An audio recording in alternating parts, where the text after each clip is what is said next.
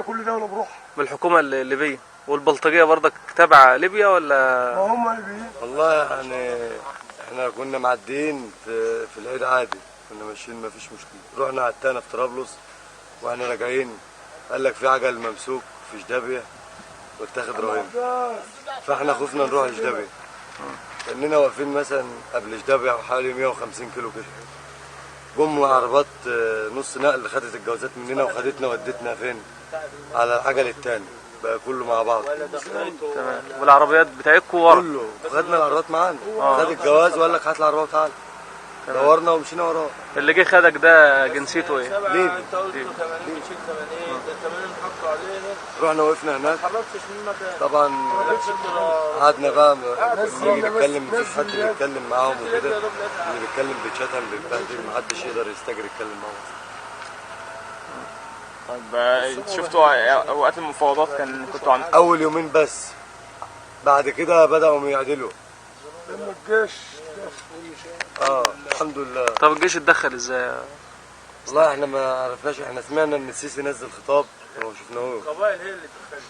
ما هو السيسي نزل الخطاب الاول وبعد كده قام جاي القبائل بتوع السلوم رايحين لي بتوع طبرق، رايحين لي بتوع جدابيه، مخلصين الموضوع وهم قاعدين زي ما بعض بيحفظك بالظبط. اللي بيروح عسكري زي ولا ضرب. جاي بيضربني وانت جاي ماسكه وضربه. تمام كده خلاص بقى مش تمام. لا ده احنا رحنا طرابلس مشينا في جوه ليبيا حوالي 1560 كيلو، عتقنا ورجعنا.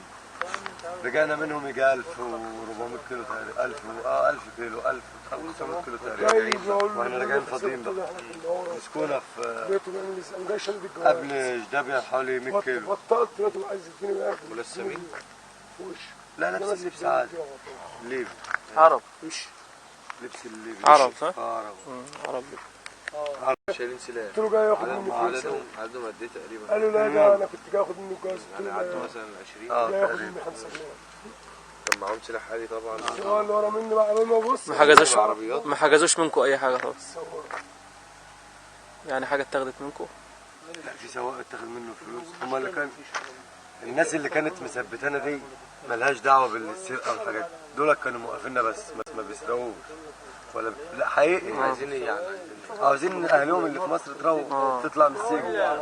لكن في حتت تانية بقى بيطلع حراميه وبيطلع الشرطه معاك، بيطلعوا يفتشوا، واللي بيلاقي فلوس في الكابينه بياخدها، واللي بيلاقي كده تليفون بيعجبه بياخده، كارت ميموري، فلاشه، اي حاجه بتقابله بياخدها. في جوه بتاكلوا الشغل ازاي اللي معانا حضرتك سامحينكم بالاكل والشرب، يعني فكره هم حاجزينكم بس، حاجزينكم مع بعض، مش ما فيش اهانه ولا مربوطين ولا لا.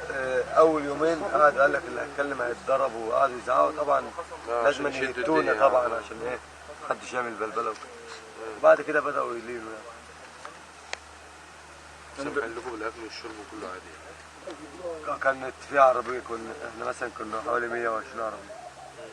كان في تقريبا مثلا واحد يمسك ورقه وقلم يلف على العربيات كلها، يشوف انت عاوز ايه من السوق، عاوز عيش، عاوز خضار، عاوز طماطم، عاوز اي حاجه بتجيبها من السوق بتكتبها له في ورقه، وعربيه بتدور تروح تجيب لنا الاكل وتيجي. حد مصري جالكم هناك مسؤول مثلا؟ مش محمد صار اللي حسبني. شفتش مسؤول. حد من القبائل؟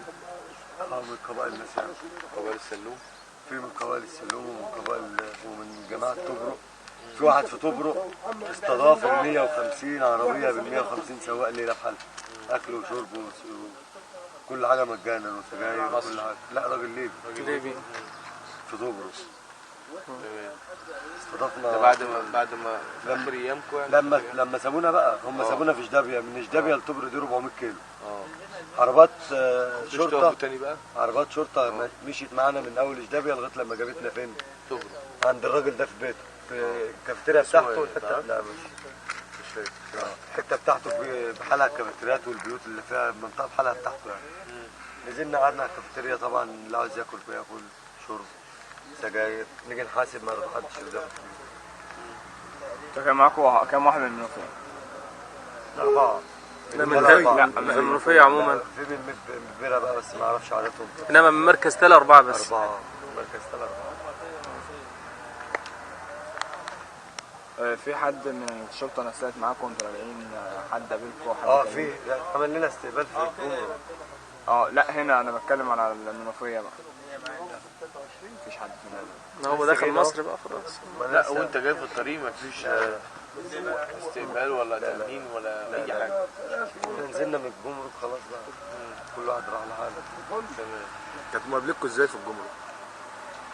هما وقفونا وقعدنا مشغلين لنا اغنيه بتاعت تسلم الايادي، واحنا قعدنا نقول تحيا مصر، عايزين نقول صوتنا للمسؤولين. طبعا ما فيش، كانت المسؤولين عندها اجتماع مغلق وخلصهم والراجل جه. بس بصراحه الراجل مين اللي كان بيقول البيان الرسمي؟ ابو امير، الراجل التخين ده كان واقف بيتكلم معايا بقى، والراجل قعد خد ود معايا. ده بيان خاص بيكم انتوا ولا لا ايه؟ البيان بتاع اللي هم اللي قال البيان اللي احنا هنتفرج عنه.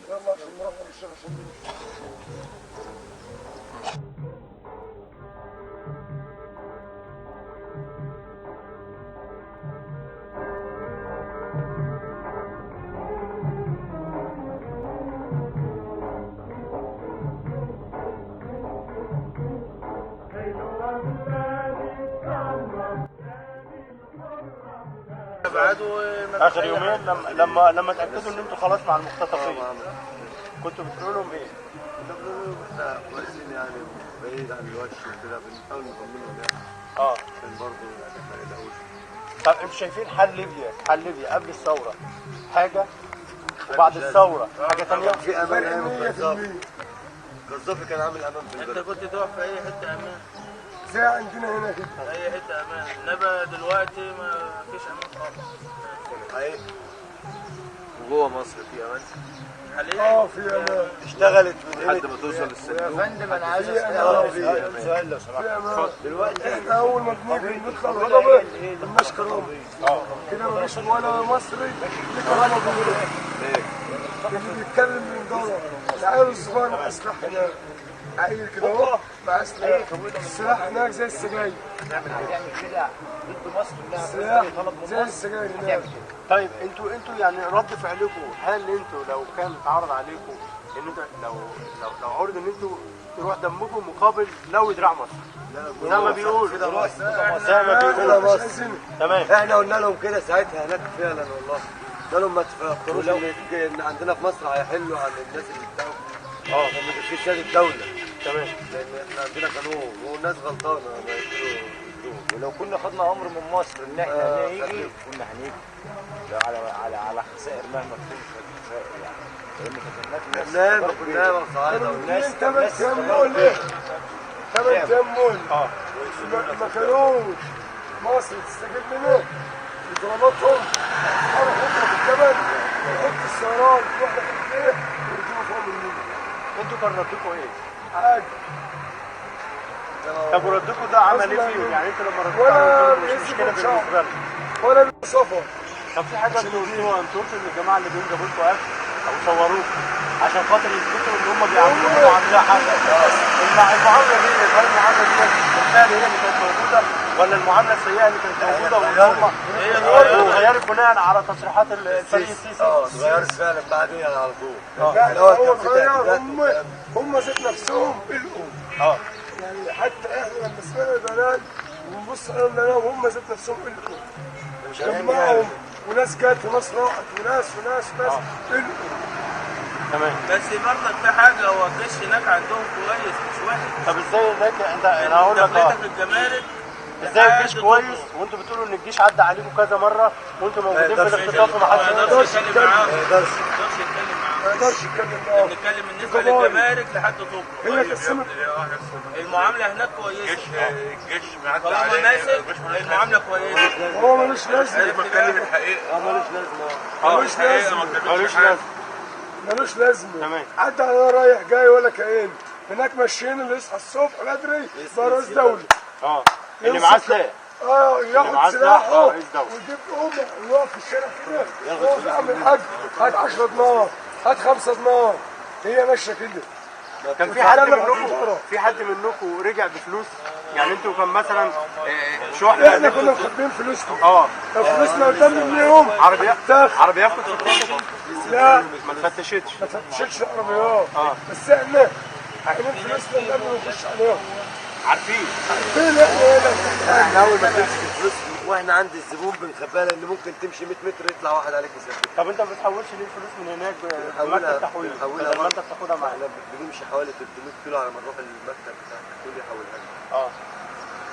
طب انتوا هتسافروا ليبيا تاني؟ هتسافروا ليبيا تاني يا شيخ ماجد؟ برضك هنستخدمه بظروفنا حسب هنا تعبان اه. يعني بين البلاد لسه مش عارفين. يعني بعد ما تعرضت للموقف ده يعني انت ممكن تكون عشت الموقف الثمان ايام، انت ممكن تسافر ليبيا تاني؟ ده اكيد برضك مهما لقمة العيش، عشان اكل العيش. لقمة العيش هتسافر ليبيا تاني؟ هي لو عشنا كده ماشي. هو لو في شغل في مصر مش هنروح، مش هنروح. هي لو في بديل مش هنروح ليبيا. لو الموقف ده تعرضتوا ليه تاني لا خلاص ايه اللي هتعملوه؟ كده خلاص بقى. لو الموقف ده تم التعرض ليه مرة تانية، بص اقول لحضرتك انت طالما قابلنا نفسنا المره الاولانيه هنقابلها المره الثانيه. يعني انتوا قابلين ان انتوا تفدوا مصر يعني بأي حاجة؟ من متاعب اكل هتحصل العيش، تاني بقى ما تقلقش. من متاعب هتحصل اكل العيش. تاني هتحصل تاني قريب قريب. ومع الحاجة اللي طالعة دلوقتي حاليا اللي واحد طالع. ينسى. ممشوش يلا كل مرة وسابوا الخير وزي ما وكل هم عم قاعدين وزي ما على ما هو يجي دور جديد. العربيات بالخيم بكله على ما دول تتكلوا على الله ويجي ناس تاني يعني انت شايف ان الموضوع ده هيتكرر تاني؟ هيتخزن. طب ده الموضوع ده متخزن دلوقتي. ايه الرسالة اللي انت تقدر توجهها عشان خاطر الموضوع ده ما يتكررش تاني؟ كده ايه احنا عايزين امان في ليبيا. لا احنا عايزين السلطات بتاعتنا تتناقش مع السلطات عندهم عشان اول المسؤولين. احنا بنروح بيوت بنقعد عندهم 7 ايام بالظبط ما بنقعدش في بلد واحده. التحاليل اللي هم بيعملوها لنا ايه؟ رايحين جايين بنتعامل في كل بلد معامله حاجه. كل بلد بتخش تعمل تحليل ب 30 40 دولار. التحليل تصرف لك ده 600 جنيه المفروض تحليل. ما هوش لنا المفروض مش انتوا المفروض اللي هو عاملين تحليل دي قبل ما تسافروا؟ احنا بنعملها. انا لو كل عملته نقله لازم تعملها. انا يعني احنا كل دلوقتي محافظة. عندنا هنا في مصر في كل هنا في مركز مصر كل لما بوابة. بتعمل ورقة بتمشي في جمهورية مصر العربية. انا معايا. التحاليل دي مش بتبقى ثابتة في قلب العربية موجودة باستمرار ان انت لا، بتعدي على الكمان؟ اقول لحضرتك على حاجه. احنا دخلنا بلد اسمها مصراته بنوري له تحاليل اشدابيا وبرلا شهب يعني انت بتعمل كام تحليل في طريقك اللي 4. موضوع التحليل ده في تحاليل مكتوب عليها تحت حضرتك بص هتلاقي مغادرة البلاد. هذه الشهاده صالحه لمده 6 اشهر ما لم يغادر ليبيا من تاريخ الاصدار. احنا بنروح وبنيجي بنقعد اسبوع بتيجي بقى عليه تاني يوريها لك ويقول لك اقرا تحت لازم تعمل واحده جديده. بتاعت اشدابيا ما يعترفش بقى بتاعت سيرت. بتاعت سيرت ما يعترفش بقى بتاعت مصراته. كل بتوع دولة مصراته كل دخلنا بلد نوريهم عاملة 3 دولة تحاليل لوحدها. عاملينهم في السكه قام جاي ماسك التحاليل مقطعها ورماها في وشنا قال لك ماليش فيه. هنا دوله بروحها تحليل جديد. اسمها ربع العدوية مسميين نفسهم هناك مصراتة ربع العدوية. اسمها ربع لا العدوية الليبيين مسمين مسميين مصراتة ربع العدوية كلها يا اخوان وبروحها عايزه تعمل دوله بروحها مصراتة. مصراتة دي بتقف خط. طيب انتوا قاعد على طرابلس واحنا رايحين طرابلس بس. حد بيضايقكم فيه؟ مش عايزين منهم مساعدة يعني. مش عايزين حاجه احنا الحمد لله الحمد لله ربنا يزيد. بس كان حتى تقديري حتى بس، فكرة عملية فكرة معنوية. تقدير. حد قابلكم في مصر في الجمارك وفي مطروح؟ لا ما الجمارك بس. حد من الجيش ولا كان مسؤولين بقى كان المتحدث الرسمي بتاع المنطقه الغربيه ومدير امن مطروح وشيوخ القبائل بتوع السلوم ومطروح كانوا كلك مع بعض هنا. وزير الوزراء كان هناك. رئيس الوزراء انما في المنوفية ما فيش حد استقبلكم من اول ما دخلتوا المنوفية. لا